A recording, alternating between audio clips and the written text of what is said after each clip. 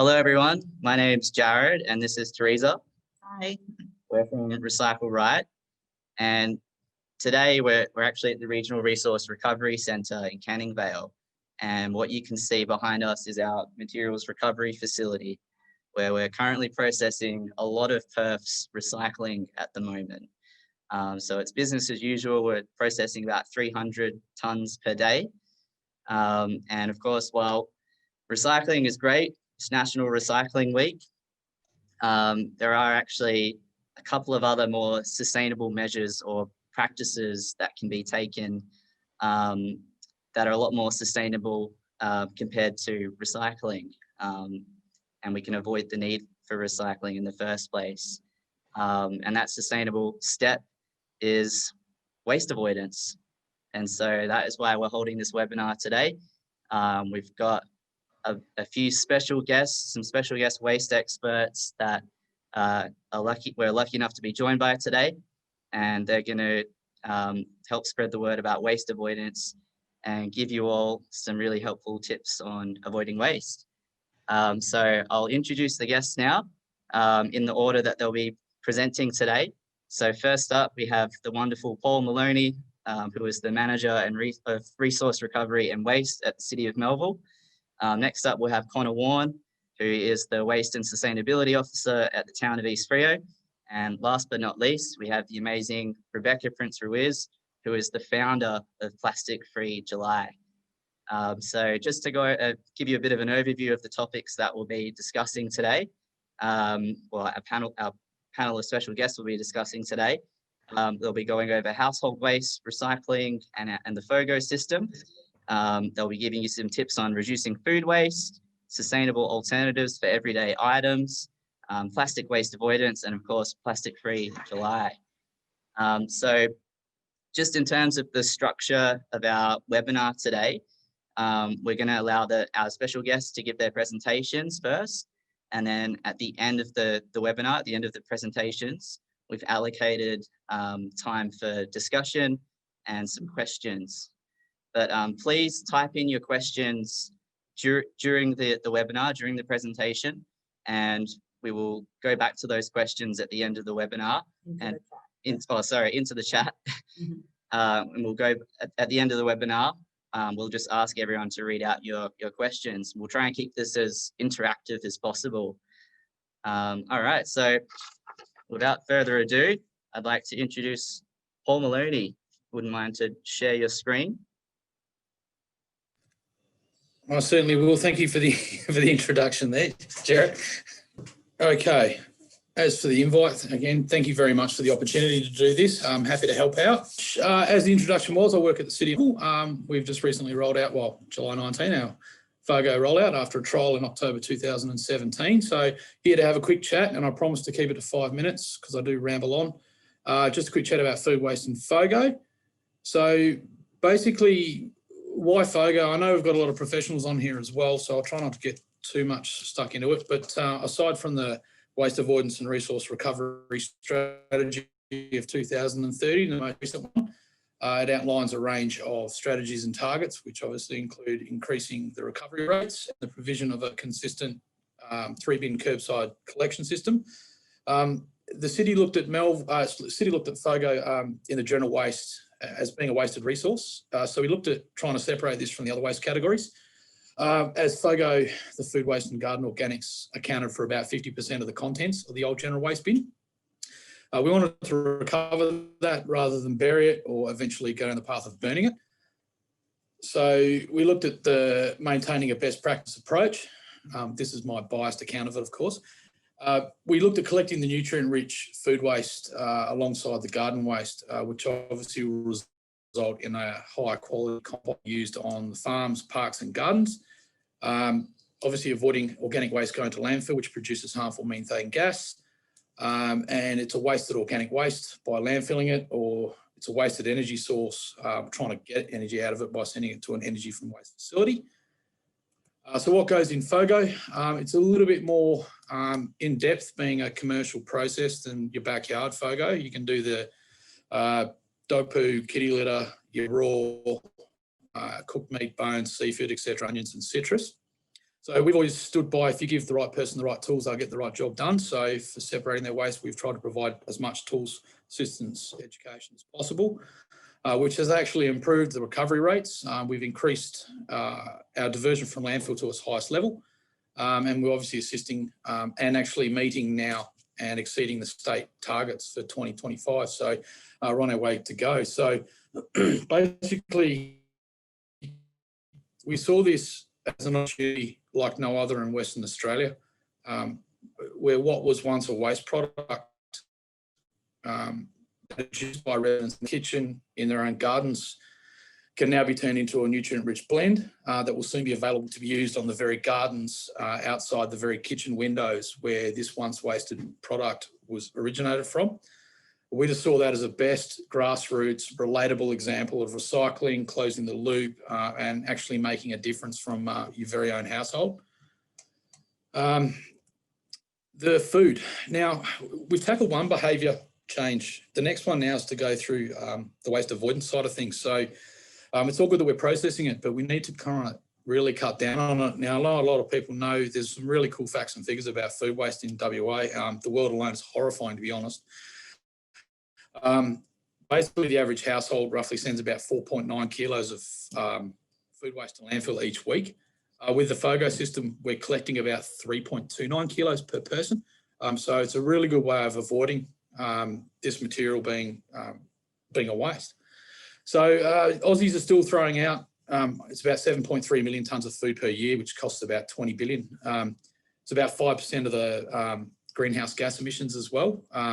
And about 5 million tonnes of that end up in landfill. So it works out to be about 75% of all household waste, of food waste in landfill comes from households. So it's quite an easy way of diverting that. So basically what it is it counts to about 20% of what you buy, you basically chuck out. So it's about 300 kilos per person, or as I like to put it to my family, it's 1 in 5 shopping bags. So just imagine buying, in my case, my sugary bag of treats for the weekend and basically chucking them out before having a chance to eat them. So it's crazy. So we've got some simple tips. They are not my own.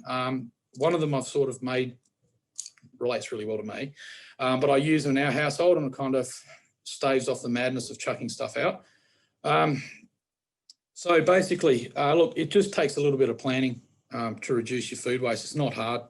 And it basically saves some hard-earned pocket money. It works out to be anywhere up to $3,000 a year. So for me, it was about $2,100. So I wasn't allowed to buy any toys with that, but we went back in the family, so it was a good win.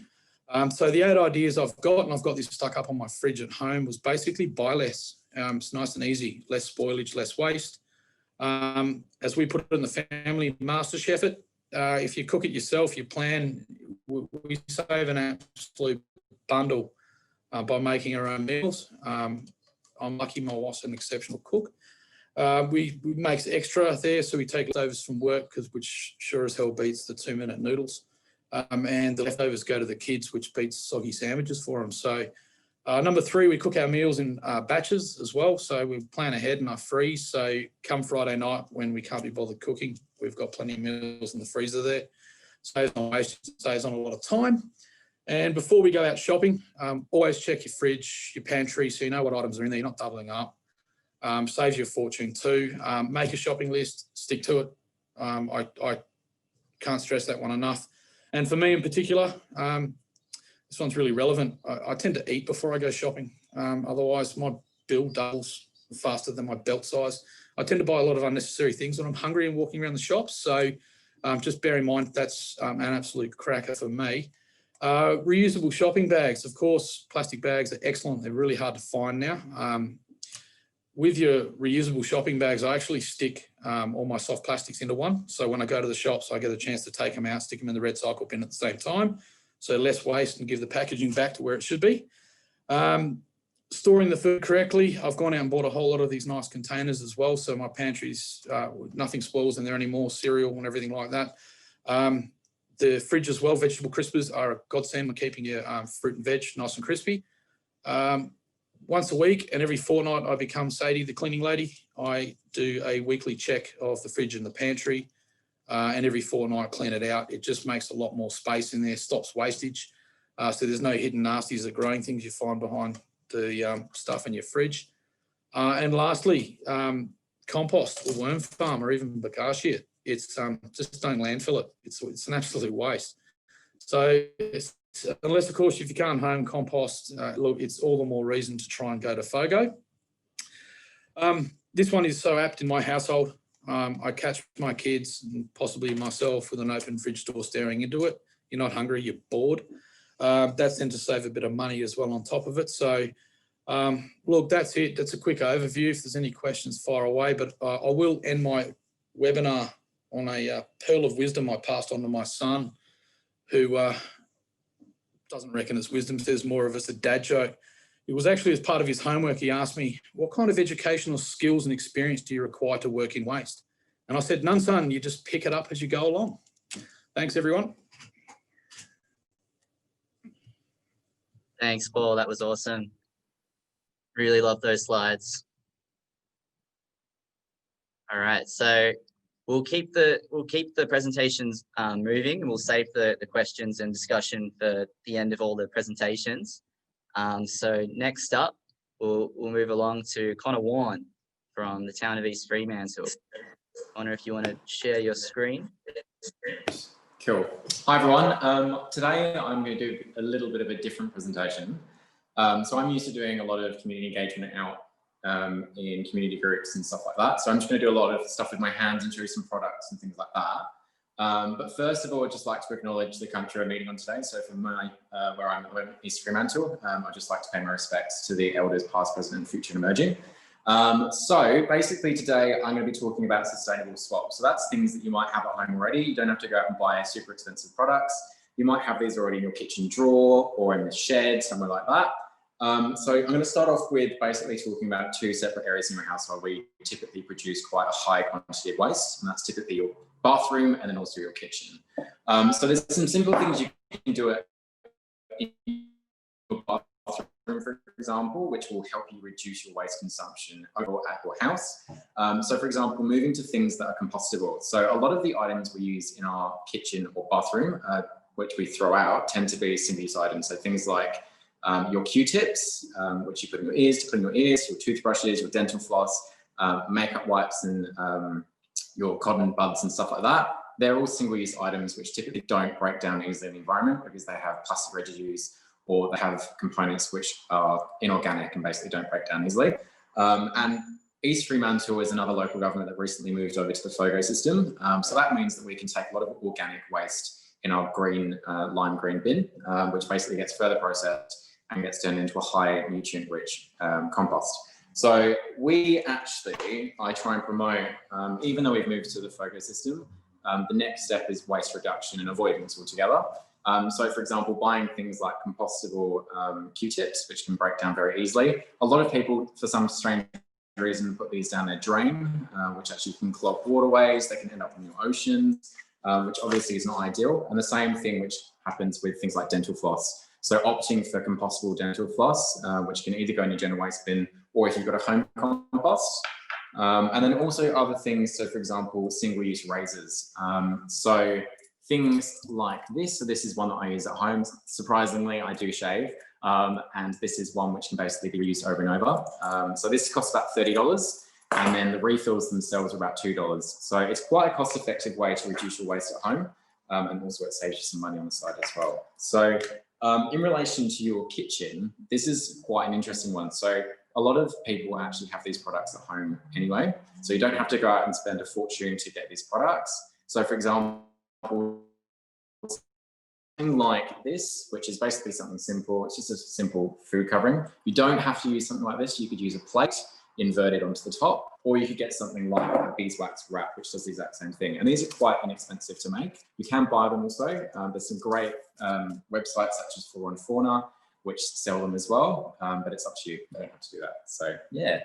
And then another thing you can do, so this is where it comes into investing in quality products. So if you buy quality products, they will last a lot longer and you don't have to constantly replace them. So for example, opting to use something like this, which can break quite easily. instead opt for something like this. So something that's made out of glass that can easily be recycled. The top half is wooden, so I can compost that if I absolutely want to, but these will last for years and years and years. So you don't have to go out and buy fortune, super expensive products. You can get cost-effective products that will do the exact same thing. Another thing as well you can do at home is opting to buy food in bulk. So that's a great way to reduce the waste that you produce at home.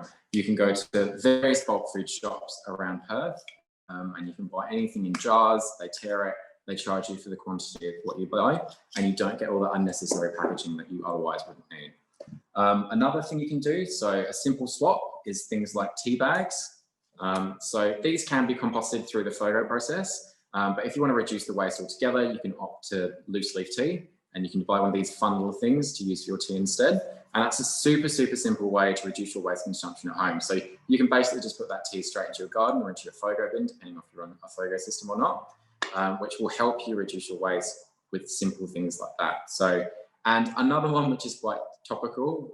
So during COVID, a lot of people stopped using reusable coffee cups. Slowly, people are starting to use them again. Start using your coffee cups. This is a great way to reduce waste. So at the moment, unfortunately, because of the components and what coffee cups are made out of, they can't be recycled.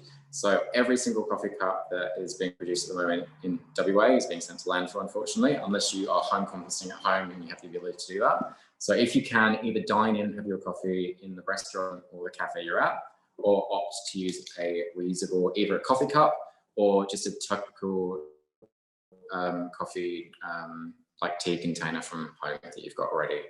And then another great thing is reusable bags when you go shopping. So don't just use the typical shopping bags to get products, but things like your groceries as well. So things like your veggies and your fruit, always chuck them in these. This is a great way to reduce waste, and it reduces the amount of soft plastic you produce at home as well. So soft plastics are things like your chip packets, your lolly wrappers, all your types of plastic which are quite hard to recycle. You can send them to recycle, but otherwise, if you can avoid the waste altogether, that's a great way to basically manage your waste. I just want to say a big thank you for everyone allowing me to present today, and I hope you've learned something. If you have any questions, flick them in the comments chat, and I'll try and answer them for you as well. Cool. Thank you. Thanks, Connor. That was awesome again. Yeah, guys. So keep the questions coming. Type them into the chat, and we've allowed time at the end of all the presentations for us to have more of a discussion and keep it more interactive. So we're going to move on over to our final special waste expert, Rebecca Prince-Ruiz, who is the founder of Plastic Free July. So Rebecca, if you don't mind just sharing your screen. Yep, great. Thanks very much, Jared, and thanks everyone for coming along. I don't know that I'm a special expert. I think all the tips that I was going to share have already been shared previously tonight by Paul and Connor, so thanks very much for that. So I guess I'll share with you a bit of the background of the story of Plastic Free July, and also some messages on how to share that message and how to get other people involved. Importantly, what difference it makes when we actually start to reduce our waste and change our behaviour. So for those of you who haven't heard of Plastic Free July before, and I see from looking at participants' names, journey right from the beginning, Plastic Free July started in the Western Metropolitan Regional Council back in 2011, and back then the plastic waste and pollution really wasn't the topic of conversation that it's today, and some of those alternatives that are now so accessible weren't available then. There were far fewer bulk food stores, and reusables weren't as easy to find as they are now. So that image is of 40 of us back in July 2011, and we decided that we were going to try and reduce not all plastic for a month, and the effects have rippled out for it to become firstly a national and now an international campaign. And I guess I think it's important to acknowledge that while plastic is a useful material, it was originally designed to replace items that our goods, consumer goods, were being made from, so including ivory and tortoiseshell. And it's really only been in the last couple of generations, since the post-World War II, when they ramped up the production, that this material, which is designed to last forever, has started being used for items that were used for just a few seconds or minutes and throw it away. And this cover from Life magazine in 1955 shows just how we had to actually be taught to throw things away. We had to be taught that these plastic plates and utensils and cups, etc., could be thrown away after one use, because people started washing them and then reusing them. So it doesn't come naturally to us, or it didn't come naturally to us to be so wasteful, but that is certainly becoming our culture now. And the question that we need to ask with plastics and with all our packaging and goods is not, can it be recycled? It's, will it be recycled? And it was actually, for me, that visit to the SMRC and the MRF that's behind where Jared and Teresa are sitting now, that really opened my eyes to, exactly as Jared said, the most important thing we can do is to rethink, reuse, reduce, refuse. And then when we can't do any of that and we are left with goods, then to recycle. And when we look at the amount of plastics that we're producing compared to the recycling rate, it is really alarming. So since the 1950s, this is cumulative plastic production. So the line at the top is in orange is the cumulative plastic production. These figures are about 2015, before the China sword waste import bans into China happened. And at that point, we had managed to recycle 9% of all the plastics that we'd ever made, which means that 91% is in landfill or in our environment and ultimately the oceans. So we've managed to recycle 9%. And then of that 9%, we've only recycled 10% more than once. So it's absolutely important. It's so critical we follow our council guides and we do the right thing. But with plastic production set to quadruple by 2050, it's clear we can't recycle our way out of the problem. So this is how the challenge started, and really it's how it continued. It's just nothing flash. It's just sharing ideas, sharing of stories of how people reduce the plastic packaging in their lives, how they remember their reusables, lining bins with paper, carrying the shopping when you forget your own bag, and learning to make some things from scratch. And what we've seen over the last 10 years, and this is the beauty, or what we call the magic of plastic-free July, is people have taken that individual behaviour change from their own lives and taken it into their communities. And there's some beautiful pictures here which show that story. And I'll just point out one of those here. This is the woman with the sewing machine at the top. Her name's Sue, and she discovered the reusable netting, and then her plastic-free July activity was getting some netting curtains from an op shop, setting up a stand outside or in the foyer of the local IGA in Esperance, and making reusable netting produce bags and giving them out to people. And so people have taken it into their cafes, into their workplaces, into their childcare centres and their communities. And if you haven't done the challenge before, even though it's not July, 1st of July is the best day to start, and the second best day is today.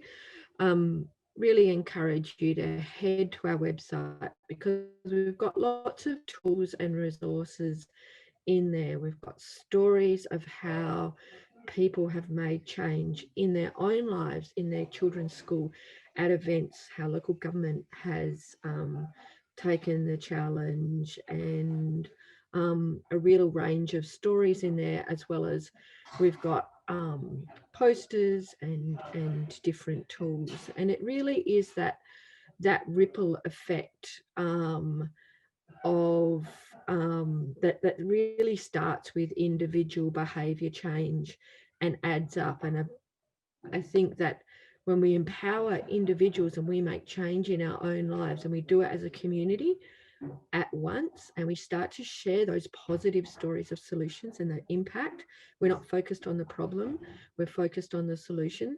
That drives systemic change, and that's when we start to get businesses taking responsibility and governments introducing the legislation. And I'm so delighted that we have not only a lightweight plastic bag ban in here in WA, but the container deposit scheme, and now as of Sunday, the announcement by the Environment Minister that there's going to be a phase out of a number of problematic single-use plastic items. And as I said before, when we do this as all together, it really adds up. So this little West Australian challenge that started off with 40 people in WA in 2011, this year there was an estimated 300,000 West Australians that took part, 3 million Australians and 326 people around the world. And those impacts do add up together across the year. People are reducing their waste and recycling at home by 21 kilos per person per year on average. So that's almost 5%. And I do think that plastic waste in particular is a bit of a gateway into the waste issue, which is a gateway into making more sustainable changes for the climate emergency. And it is very linked to our food waste as well. Paul said, you know, less waste, less money, and less waste, you know, less packaging that we're buying as well. So thank you very much for letting me share my story, and really interested to hear people's questions and be part of this conversation. Thank you so much, Rebecca. That was awesome again. So it looks like the chat has been going off. So I'm just going to see where we're up to. But yeah, if there's any other questions that anyone has, please type them in, because we've got enough time to have, you know, more of a discussion and keep it interactive. So yeah, keep the questions coming. I'm just going to have a look. There was one at the top. Someone mentioned about the bin system, Marina Berry. What if we don't have these bins in our suburbs? So I believe that was in relation to Paul Maloney's presentation. So that must have been when he was talking about the FOGO system. So I can take that question actually. So there is a statewide target for all Perth councils in WA to roll out the 3-bin FOGO system by 2025. So that's what we wanted to include that in the webinar today, just to keep everyone updated, of course. So it's always important to keep everyone in tune to what's going on in waste. So I hope that answers the question. I'm sure, Paul, if you want to add anything else onto that as well. No, I mean, the best way to do it is to fire off an email, a letter, something in writing to your local government, and just give them a push. So it's how a lot of our things came through, and it's it's not just the amount of people, it's just getting the message out that this is something we want to do. You'll find a lot of the responses are, which I've heard as well, it's a very expensive thing to roll out, but what kind of cost do you want to put on saving the environment? It shouldn't be an issue. So just keep waving the flag and keep pushing. Awesome. Thanks, Paul. All right. So Linda Adams had a question about how do people get rid of pantry moths? Some of our food gets wasted because of them. And I believe that's been answered in the chat already, but just summarize what's been said.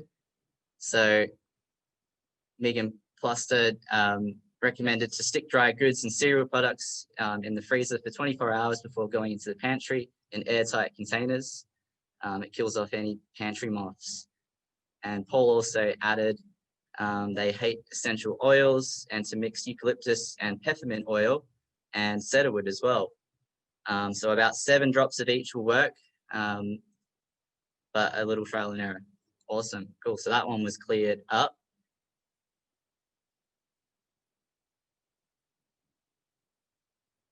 Just having a look through the chat now.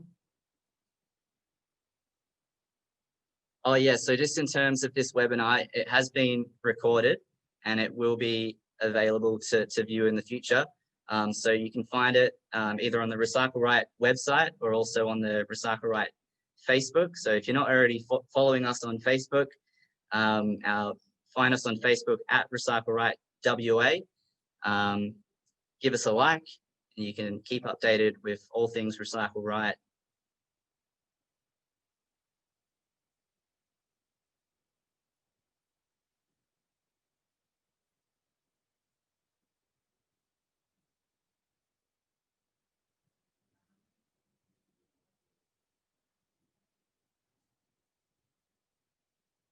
Oh, did you want to?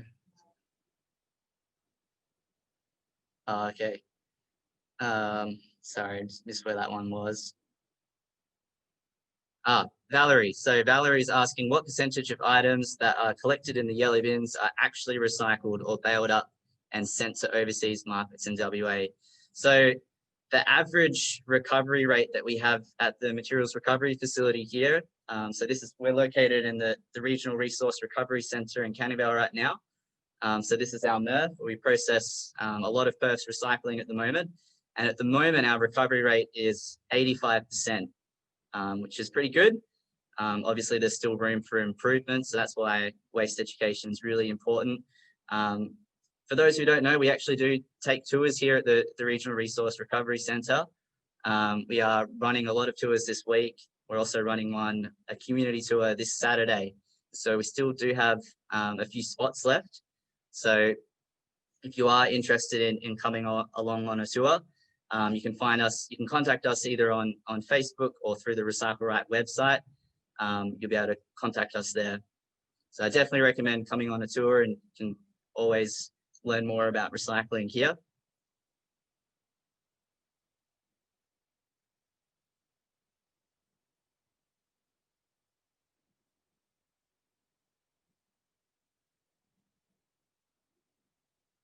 All right, and so Marina Berry has asked, where can we get the reusable veggie bags? So I assume it's reusable shopping bags and also produce bags. So there's a few different shops around Perth. I think you can actually get reusable bags from Coles and Woolies now. Otherwise, I know Flora and Fauna, you can get them. Connor, do you want to add in a couple of other shops or stores? Yeah, sure. So there's quite a few online and also in person you can go to. So all the products that I presented today were from Flora and Fauna. So they're an online company and they actually have a sale on tonight. So you can get 15% off. Not that I'm sponsoring them or being sponsored by them. But otherwise, there are places like the Raw Food Kitchen, which I think is now called Mother. They actually have a shop inside their facility, which actually has a lot of zero waste products. There's places like Akula Sisters, there's one in Perth and also in Fremantle. And a lot of the times you might actually find that even in your local Woolies and Coles are actually starting to sell a lot of these products as well, because they're becoming more mainstream. So just keep an eye out. They have a good little spot to highlight these products, but they do exist and they are out there. Just keep an eye out for them. Awesome, thanks Connor. Okay, so we did have a question from Minna Porter. Where would I find information on where to start with waste avoidance, where to start with waste avoidance with organisation change? And she works in a hospital. Rebecca, I think this would be a good question for you. Mind if I pass this on to you? Yeah, that's a good question. I'm just putting a link in there to the resources that we have for what people can do in their workplace. So I think one of the best places to start is by having conversations with your co-workers and find somebody else in your workplace, which increasingly shouldn't be too hard to find, who is also concerned about the waste problem, because we tend to find that many people say that they find it easier to do with somebody else, so you're not doing it alone. So find somebody else who wants to work on it with you, and look at, it's really hard to try and tackle everything at once, so look at what's something you can start with, whether it's in the staff room or whether it is some of the packaging and products that are being used in the functioning or the operations of the hospital. Just find one thing and start with that. Sometimes we even suggest start with a bin audit, see what the waste is that you have in your organisation, and then look for something that you can tackle. I'll also put the link in the website. One of the stories that we have shared in there is what someone did at a hospital in Bentley, and they decided to tackle the plastics in the workplace kitchen. So they started with the plastic cups. Obviously, with COVID precautions, that can be a little bit difficult. I think there's some additional challenges that we're facing now in terms of reducing plastic. The other thing that people will often do is for Plastic Free July, they'll host a plastic free morning tea and either cater it themselves or find a local business that's happy to serve food in their container. And that is really useful to get that conversation started and to find like-minded people. And just notice there's a comment in the chat there about the green program at Charlie's. I think there might have been a green team at Royal Perth as well. So there's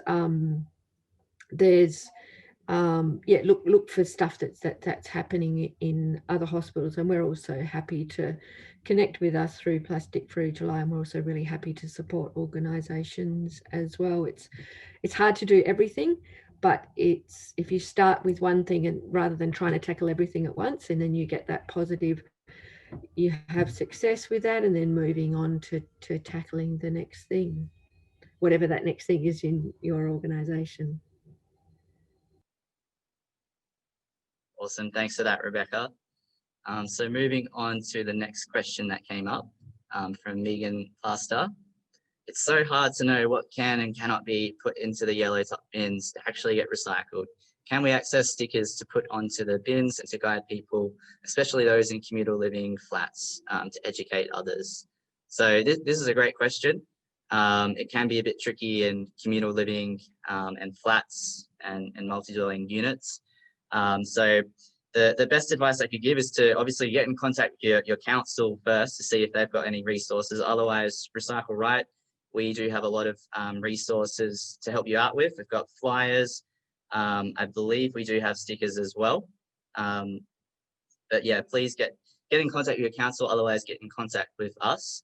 We also have recently developed some flyers that are in an array of different languages, because we have found sometimes that can be a bit of an issue with, a language barrier. Perhaps the education might not be able to get out to everyone if there is a language barrier there. So we have produced, some flyers there in lots of different languages. So yeah, please get in touch. Move down to the next question.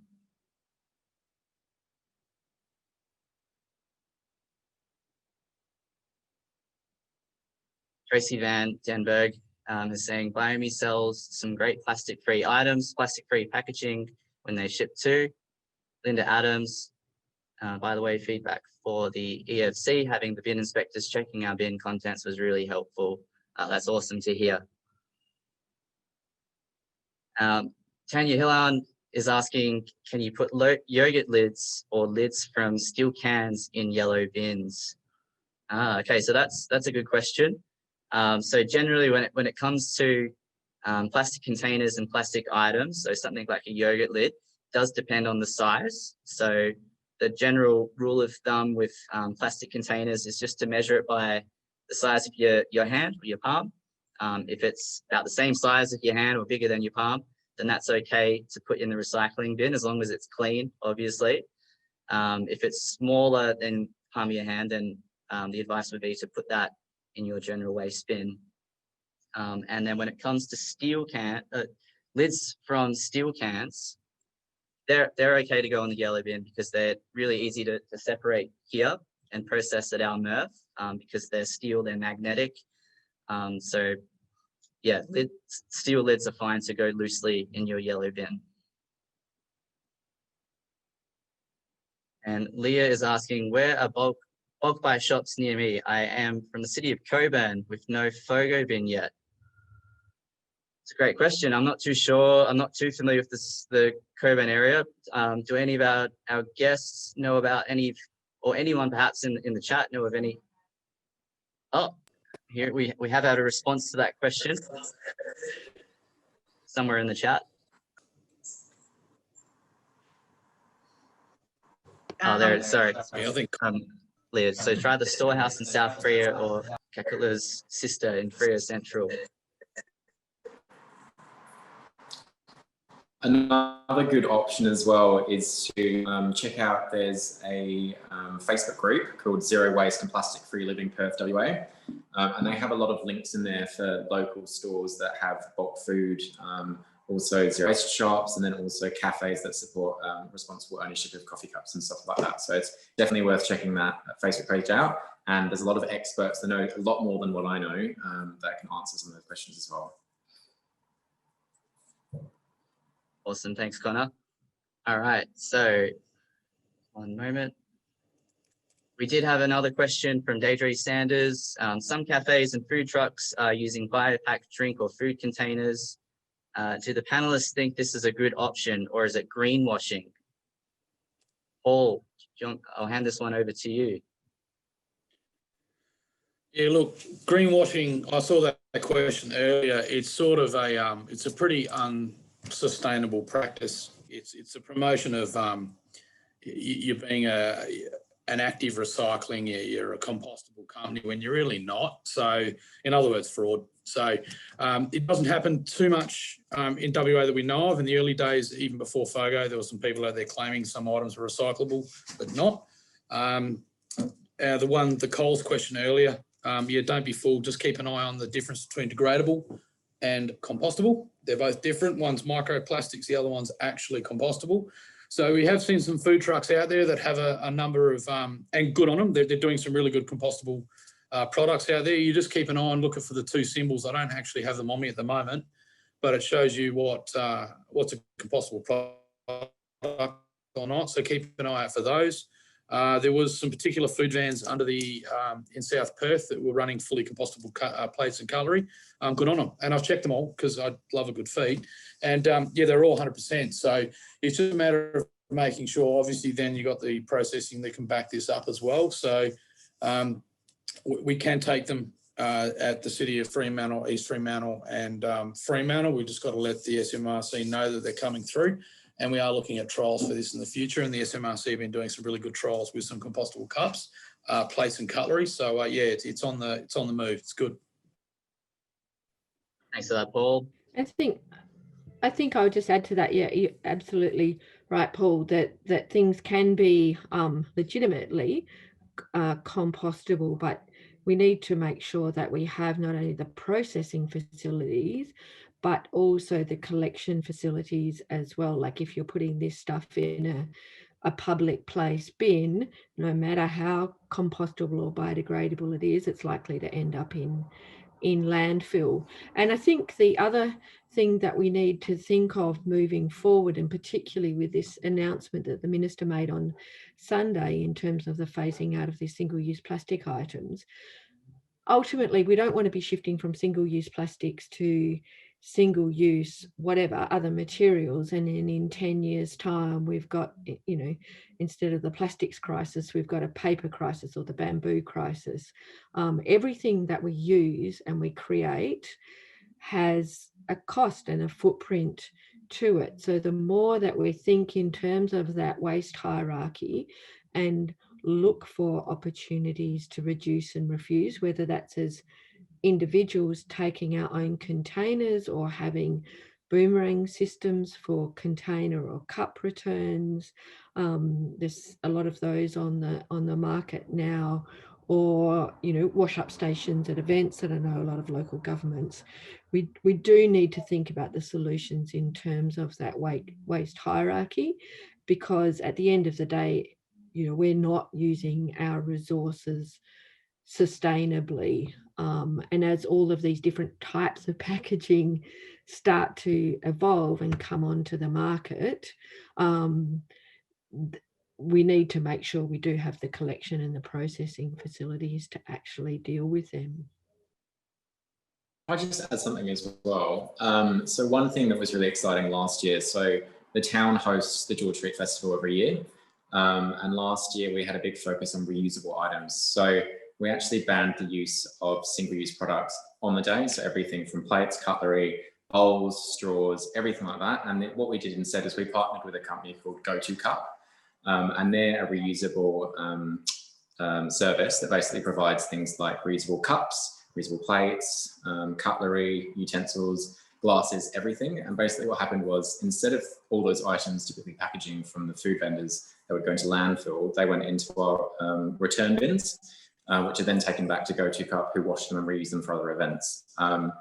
And we actually found that for the whole event, we had about 10,000 people come through for the day. And we had about, I think it was 440 kilos of waste for the whole day, which is really impressive. So it is possible. It's just that you have to mobilize the community. The community are keen to do it, but you have to put those factors in there to actually be able to enforce that. So yeah, the positive story. So.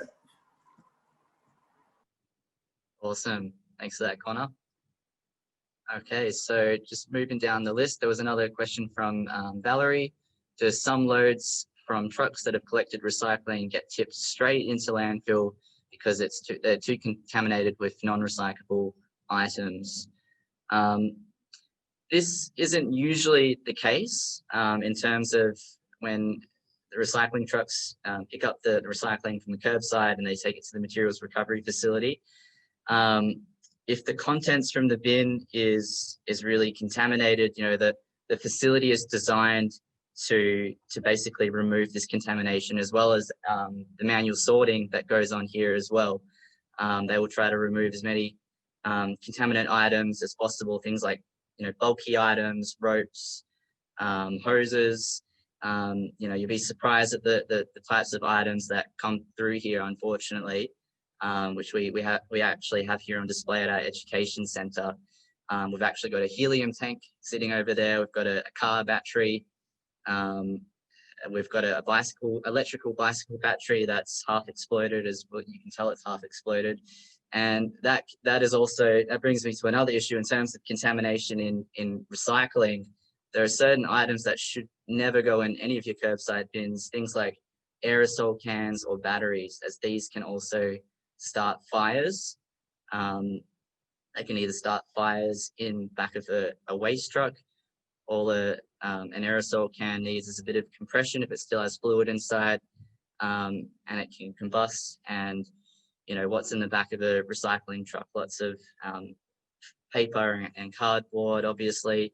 And so in the waste industry, that we call it a hot load, will basically arrive. And so the waste trucks will have to empty the contents from the bin onto the street, and the fire brigade will have to get involved. So key message there is to take your aerosol cans and batteries to your local drop-off point.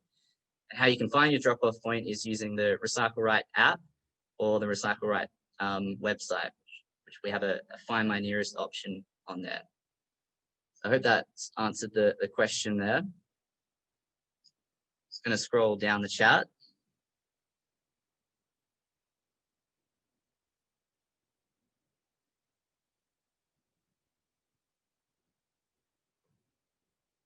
Colleen Kelly has asked, can you explain greenwashing? I'll hand this over to one of my fellow waste experts, Paul or Connor. Yeah, that was explained before. That's the pretending to be a compostable or recyclable company. It's fraud, basically. So yeah, it's saying your products are 100% environmentally safe, etc., when they're not. So it doesn't happen too much, really. It's just a bit of like the Coles one, this degradable versus compostable. So yeah, it's hard to catch, but you just got to read the fine print on your items. That's all. Yeah, that's we find the same thing in East Rio. So we give out residents compostable liners for the FOGO bins. And basically you do tend to find a lot of the bags are either oxo-degradable or biodegradable. And that's a little bit of greenwashing. They might be a green bag, but they're still made of plastics. When they break down into microplastics rather than organic material. While the compostable bags break down into basically organic matter made out of starch. So that's one to keep an eye on. And just look for the Australian certification when it comes to composting as well on the products, if they do say they're compostable. Thanks for that, Connor. And Paul.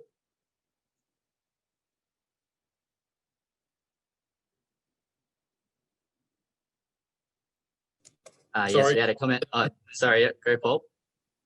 Oh, no, sorry, mate. I missed that one.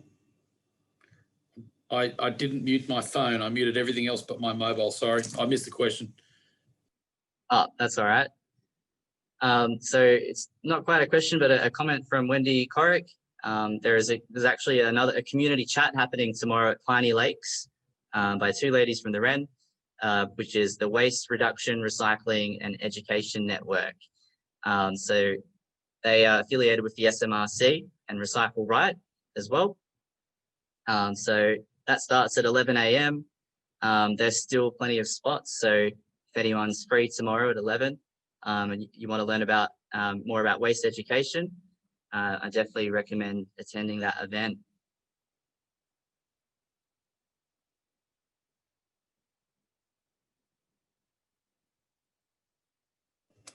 Get on down there, everyone. It's actually good presenters down there as well, really knowledgeable people too. There's some giveaways, I believe, as well. So, but come on down and learn about all the good stuff that everyone's doing around here. So, and all the good work that REN are doing.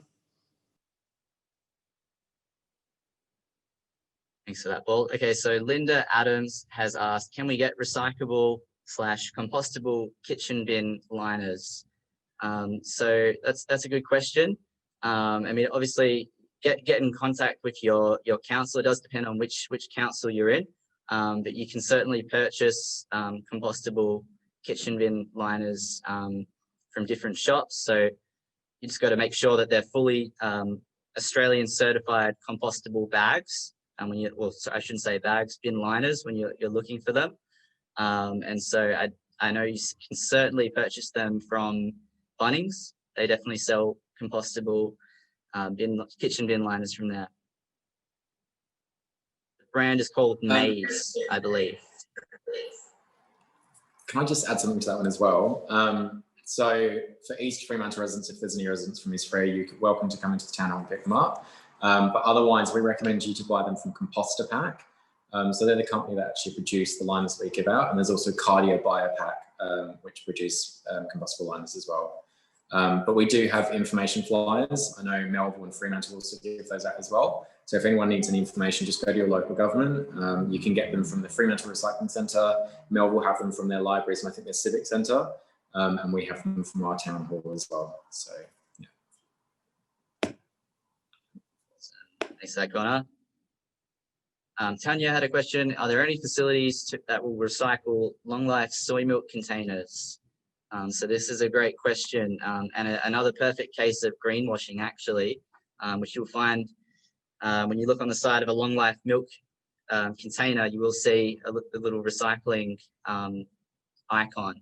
Now, perhaps with the right facility in the right country or right destination, they can be recycled, but unfortunately, at the moment, not here in Australia, not here in WA certainly, and that is because they have mixed materials. So they've got the inner foil lining, as well as the liquid cardboard on the outer side, and then also the hard plastic lid on top. So there's a few different materials there. Best practice to do would be to avoid them in the first place if you can. Otherwise, they are to go in the general waste bin.